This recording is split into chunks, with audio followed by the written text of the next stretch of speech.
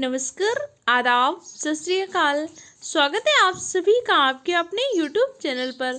आप सबके एग्जाम के लिए पॉलिटी की क्लास चल रही है जो आपके आने वाले एग्जाम के लिए बहुत ही हेल्पफुल रहेगी। अगर आप यूपी पेट, लेखपाल, आरओ बिहार शिक्षक भर्ती परीक्षा या किसी भी एग्जाम की तैयारी कर रहे हैं और आपके एग्जाम में पॉलिटी से क्वेश्चन पूछेगा तो क्लास आप सबके लिए बहुत ही हेल्पफुल रहेगी।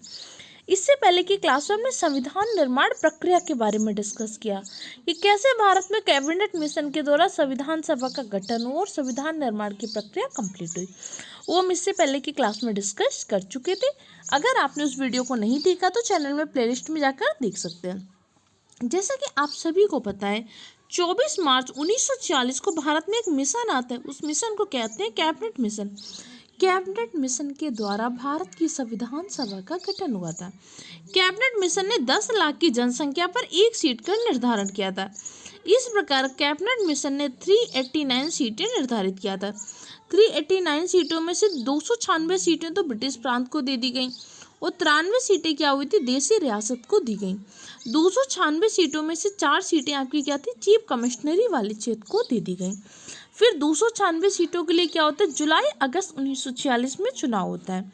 अब जब चुनाव हो जाता है, चुनाव का परिणाम आता है तो उसमें कांग्रेस को 208 सीटें मिल गई थी, मुस्लिम लीग को 73 सीटें मिल गई थी और कुछ सीटें छोटे दलों को मिल गई थी। इसके बाद संविधान निर्माण की प्रक्रिया प्रारंभ होती है।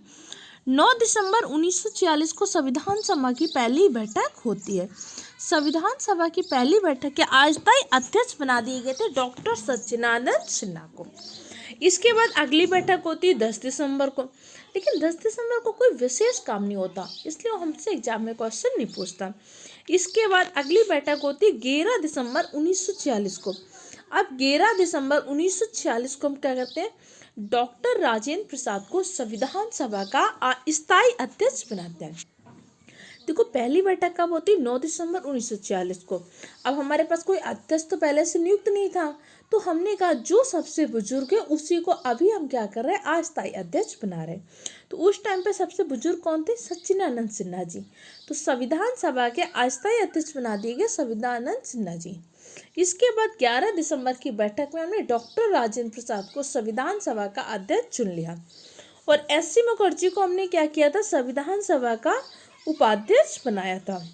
उपाध्यक्ष में हमने 2 लोगों का नाम दिया था, वी.टी. कृष्णमाचारी का भी नाम दिया था कि जब एस.सी. मुखर्जी उपस्थिति नहीं होंगे उस टाइम पे उपाध्यक्ष के रूप में कौन काम करेगा, वी.टी. कृष्णमाचारी काम करेंगे। इसी के साथ साथ बी.एन. राव को संवैधानिक सलाहकार बनाया था। ये क्वेश्चन पूछ लेता है, संविधान सभा का अध्यक्ष कौन था, संविधान सभा का अस्थायी अध्यक्ष कौन था, संविधान सभा का उपाध्यक्ष कौन था, संविधान सभा का संवैधानिक सलाहकार कौन था। इसी के साथ साथ फ्रैंक एंथनी संविधान सभा के उप सभापति भी थे। एस.सी. मुखर्जी भी थे उपाध्यक्ष, लेकिन एस.सी. मुखर्जी कैसे हुए थे, निर्वाचित हुए थे, जबकि फ्रैंक एंथनी कैसे हुए थे, फ्रैंक एंथनी आपके मनोनीत हुए थे। क्वेश्चन आपका पूछा जा चुका है, इसलिए इसको ध्यान रखिएगा। देखो, ये आपकी रिवीजन क्लास है, तो चीज़ों को हम कम टाइम में रिवाइज कर रहे हैं। ऑफलाइन क्लासेस में हमने इन सारी चीज़ों को बहुत डिटेल से पढ़ा हुआ है। इसी के बाद 13 दिसंबर 1946 को बैठक होती है। इस बैठक में जवाहरलाल नेहरू ने उद्देश्य प्रस्ताव प्रस्तुत किया। इस उद्देश्य प्रस्ताव में हमने एक भावी प्रस्तावना, भावी संविधान की रूपरेखा रखी थी कि भाई जो संविधान बनाने हम चाह रहे हैं, जिस संविधान निर्माण की प्रक्रिया को प्रारंभ किया है, वो संविधान होगा कैसे। तो 13 दिसंबर 1946 को जवाहरलाल नेहरू ने उद्देश्य प्रस्ताव रखा। इस उद्देश्य प्रस्ताव को हमने अलग अलग टाइम पे बैठ के हुई 22 जनवरी 1947 को क्या कर लिया, स्वीकार कर लिया। इसी उद्देश्य प्रस्ताव को बाद में हमने अपने संविधान में प्रस्तावना के रूप में स्थान दिया। उद्देश्य प्रस्ताव को प्रस्तुत कब किया गया था, उद्देश्य प्रस्ताव को स्वीकार कब किया गया था और उद्देश्य प्रस्ताव को किसने प्रस्तुत किया था, तीनों पॉइंट समझ में आए कि नहीं आए। इसके बाद संविधान निर्माण के लिए हमने अलग अलग समितियां बनाई थी। कई बार आपके एग्जाम में इनसे क्वेश्चन पूछ लेता है, इसलिए आपको पता होना चाहिए। संघ संविधान समिति के अध्यक्ष कौन थे, जवाहरलाल नेहरू। संघ शक्ति समिति के अध्यक्ष कौन थे, जवाहरलाल नेहरू। नियम समिति के अध्यक्ष कौन थे, डॉक्टर राजेंद्र प्रसाद। संचालन समिति के अध्यक्ष डॉक्टर राजेंद्र प्रसाद। प्रारूप समिति के अध्यक्ष डॉक्टर भीमराव अंबेडकर। मौलिक अधिकार सलाहकार समिति के सरदार वल्लभ भाई पटेल। मौलिक अधिकार के उप समिति के कौन थे? जेबी कृपलानी। जेबी कृपलानी की ही वाइफ है सुचेता कृपलानी। सुचेता कृपलानी जो कि उत्तर प्रदेश की पहली महिला मुख्यमंत्री भी है, ध्यान रखिएगा। अल्पसंख्यक समिति के अध्यक्ष एस.सी. मुखर्जी। एस.सी. मुखर्जी अल्पसंख्यक समिति के अध्यक्ष भी थे और संविधान सभा के उपाध्यक्ष भी थे। प्रांतीय संविधान समिति के अध्यक्ष थे आपके सरदार वल्लभ भाई पटेल। सदन समिति के अध्यक्ष थे आपके पट्टाभी सीतारमैया। राज्यों के लिए समिति के अध्यक्ष थे जवाहरलाल नेहरू। कार्य संचालन समिति के अध्यक्ष कौन थे? के.एम. मुंशी। के.एम. मुंशी एकमात्र ऐसे व्यक्ति थे जो कांग्रेस की तरफ से संविधान सभा में शामिल हुए थे। जैसे कि महात्मा गांधी क्या संविधान सभा में शामिल हुए थे? नहीं, महात्मा गांधी संविधान सभा में शामिल नहीं हुए थे। राष्ट्रीय ध्वज समिति के अध्यक्ष कौन थे? राष्ट्रीय ध्वज समिति के अध्यक्ष थे डॉक्टर राजेंद्र प्रसाद। संविधान सभा के कार्यों समिति के अध्यक्ष थे जी.वी. मावलंकर। प्रारूप समिति की जांच की विशेष समिति के अध्यक्ष थे जवाहरलाल नेहरू।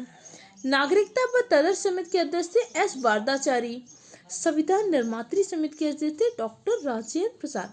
तो नागरिकता तदर्थ समिति अभी तक एग्जाम में नहीं क्वेश्चन पूछा गया, लेकिन जम्मू कश्मीर के पहलगाम आतंकी हमला में हमने क्या किया था? अटारी बॉर्डर को सील किया था। तो उस टाइम पे नागरिकता के पॉइंट बहुत सारे चर्चा में रहे थे, इसलिए हो सकता है कि आपके एग्जाम में क्वेश्चन पूछ ले, इसलिए इसको ध्यान रख लीजिएगा। प्रारूप समिति में कुल कितने सदस्य थे?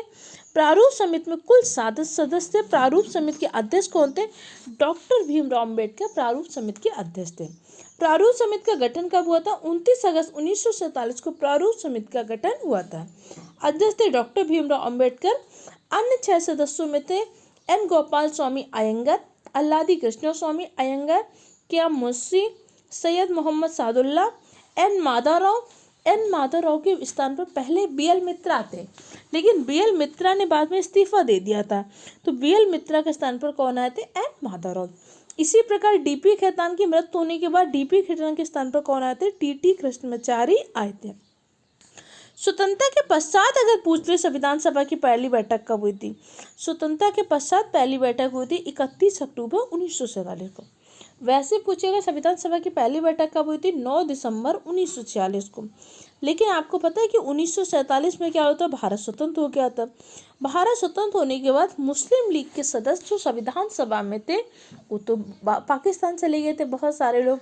तो संविधान सभा की पहली बैठक स्वतंत्रता के पश्चात कब हुई थी? 31 अक्टूबर 1947 को हुई थी। पॉइंट इंपॉर्टेंट है, इसलिए इसको ध्यान रखिएगा। कुछ छोटे छोटे पॉइंट और हैं जो अक्सर आपके एग्जाम में क्वेश्चन पूछ लेता है। संविधान सभा की पहली बैठक 9 दिसंबर 1946 को। संविधान सभा की किस बैठक में डॉक्टर राजेंद्र प्रसाद को अध्यक्ष बनाया गया था? 11 दिसंबर 1946 की बैठक में डॉक्टर राजेंद्र प्रसाद को संविधान सभा का अध्यक्ष बनाया गया था। एस.सी. मुखर्जी को उपाध्यक्ष। संविधान सभा में उद्देश्य प्रस्ताव को प्रस्तुत हुआ था 13 दिसंबर 1940 को उद्देश्य प्रस्ताव प्रस्तुत हुआ था। इसी उद्देश्य प्रस्ताव को हमने स्वीकार कब कर लिया था? 22 जनवरी 1947 को संविधान सभा ने उद्देश्य प्रस्ताव को स्वीकार कर लिया था। इंपॉर्टेंट पॉइंट है, रिवाइज करिएगा, मेहनत करिएगा, बाकी की चीज़ें अगली क्लास में पढ़ेंगे।